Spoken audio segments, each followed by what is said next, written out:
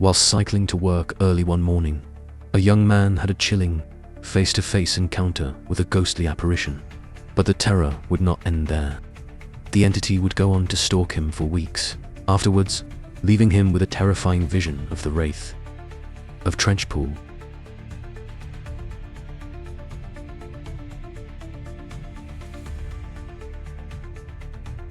The switch clicked back into position as the kettle came to the boil.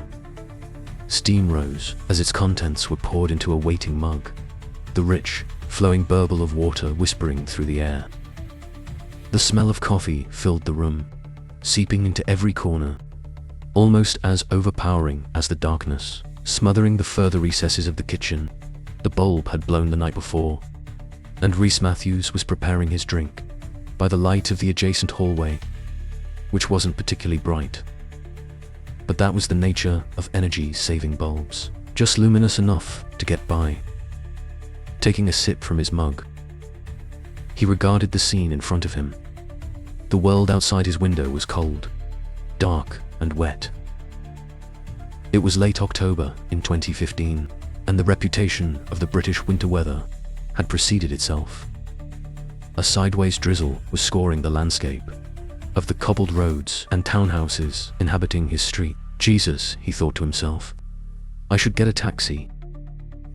But a quick glance to the clock put pay to that idea. It was 4:30 a.m., and the taxi firms were still charging double time. It was a thought that had occurred to him every single morning, but the outcome was always the same. He just didn't have the money to waste on cabs. The buses weren't running at that time in the morning either, so his only option was, and always had been, to cycle to work. Rhys lived in the town of Telford in Shropshire, England. Famed as one of the birthplaces of industry, and home to the world-renowned Iron Bridge, Telford is a thriving municipality of around 170,000 people, one of the fastest-growing towns in the UK. For this reason, the routes of transportation are excellent, and cycle paths complement most busy roads throughout the town itself. This was at least some comfort to Rhys, who had to brave the quieter traffic of the early morning every single day. Quieter traffic, of course, often led to more reckless driving by some, so the cycle paths were a welcome alternative to the roads themselves. Parts of his route, however, would take him off the beaten track, along dark paths where no street lamps shone. But that was the last thing on his mind as he finished his coffee, slipped on his waterproof coat, and mounted his bike, ready for his daily 5-mile journey to the manufacturing plant where he worked. The world was still submerged in darkness when he left. It was just coming up to 5 a.m., and sunrise at that time of year wasn't until after 6. The going was easy, there weren't too many hills, and if there were, the inclines were gentle. The rain, on the other hand, was more troublesome. There was no avoiding it. It pierced the exposed skin of his face like 1,000 icy shards. In some small way, it felt invigorating. In most others, it was an incorrigible nuisance. But never did it pose any kind of threat in stopping him. He cycled on through the rows of dark houses and shops. Every now and then, a vehicle of some description would come tearing past, taking advantage of the empty roads. But for the most part, the world was silent and peaceful. This close to the depths of winter, most birds had already flown south, so not even they made a sound. Rhys often used this time for reflection. His route was so routine by now that he could often navigate on autopilot, leaving him free to think on things. At the midpoint of his journey, he turned off the main highway and began to cycle down an old gravel path, which would take him past Trenchpool.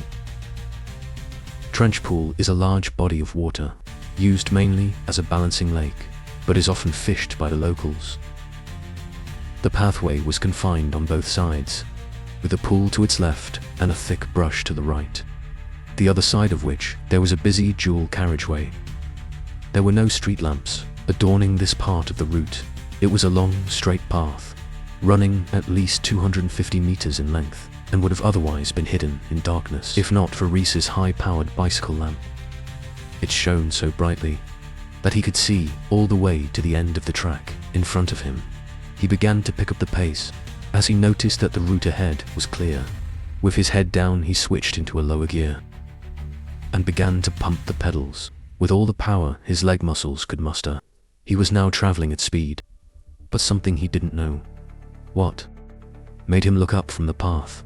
Immediately in front of him, no more than 3 meters away, stood a figure.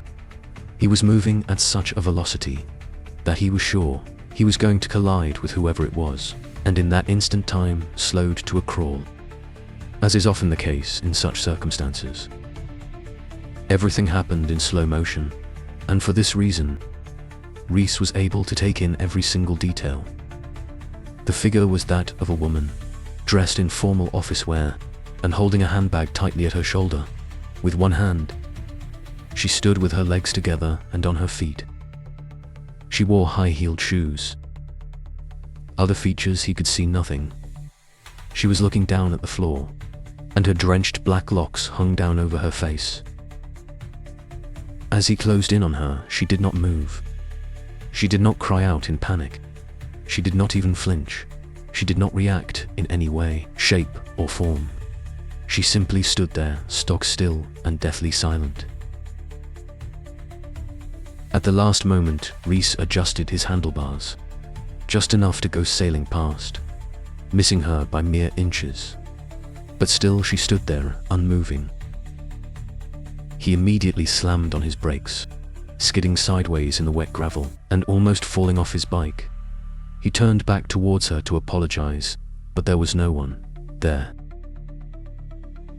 Confused, he looked from left to right and back again, but the woman was nowhere to be seen. Once he realized the truth of the matter, that there was nowhere else she could possibly have gone. Every single hair on his entire body stood on end. Stunned, he turned back around and continued cycling along the path, not once looking back for fear of what he might see. He was fully convinced that he had just seen a ghost.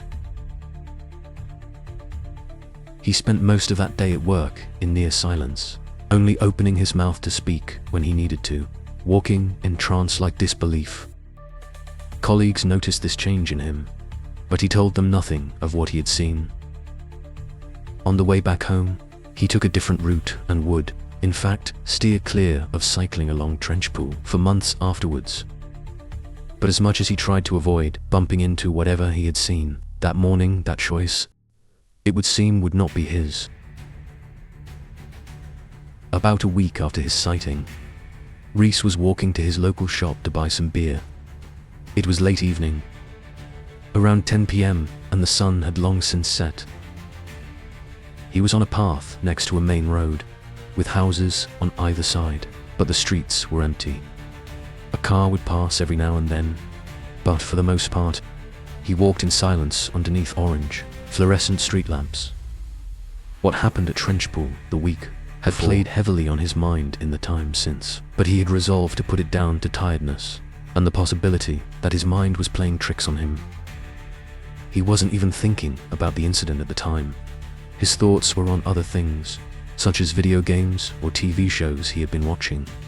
But out of nowhere came the sound of high-heeled shoes walking behind him, echoing off the faces of the houses lining the road. He did not turn, in fact. He thought little of it, until the footsteps started getting louder and closer. Whoever it was walking behind him, they were obviously going at a faster pace than he was, and so he decided to stop and let them past, as the path was only narrow. As he slowed, he turned his head to indicate his intention, but to his complete and utter shock, the pathway was empty, and the sound of footsteps abruptly stopped. There would be many more instances like this, whenever he was walking alone, either during the day or late at night, and it would never fail to chill him to the bone. He also suffered from episodes of sleep paralysis during this time, and whenever it occurred, he swore he could feel a presence somewhere in the room, with him watching. On other occasions, he would be standing, minding his own business, when he would suddenly get the unshakable feeling that someone was stood right at his shoulder. So close, it felt as though they were trying to whisper something in his ear, but he never heard a peep. This continued for some time, and just as Rhys felt as if he was beginning to lose his mind, the activity began to abate.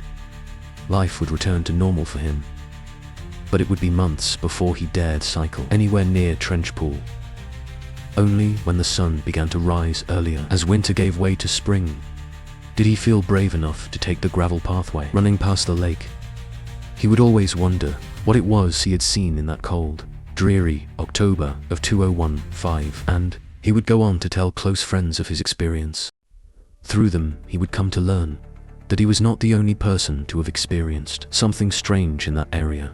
There were stories of fishermen who had seen figures stood on the gravel pathway, which wouldn't have been anything out of the ordinary, if not for the fact that these figures were often faceless and sometimes even hovering a few feet above the ground. The sound of ghostly footsteps had also been heard, walking along the wooden jetties at either end of the pool, and in another chilling account, a man walking along the same gravel pathway had heard a low, guttural growl like nothing he had ever heard before, coming from the brush running next to the walkway. It seems the lake is no stranger to paranormal activity, and there are perhaps some valid reasons for this. In mid-2017, one of Rhys's friends happened to overhear an interesting conversation about Trench Pool. It included comments from an amateur diving instructor who one morning many years before had received a phone call from an officer at Mallinsgate Police Station in Telford Town Centre.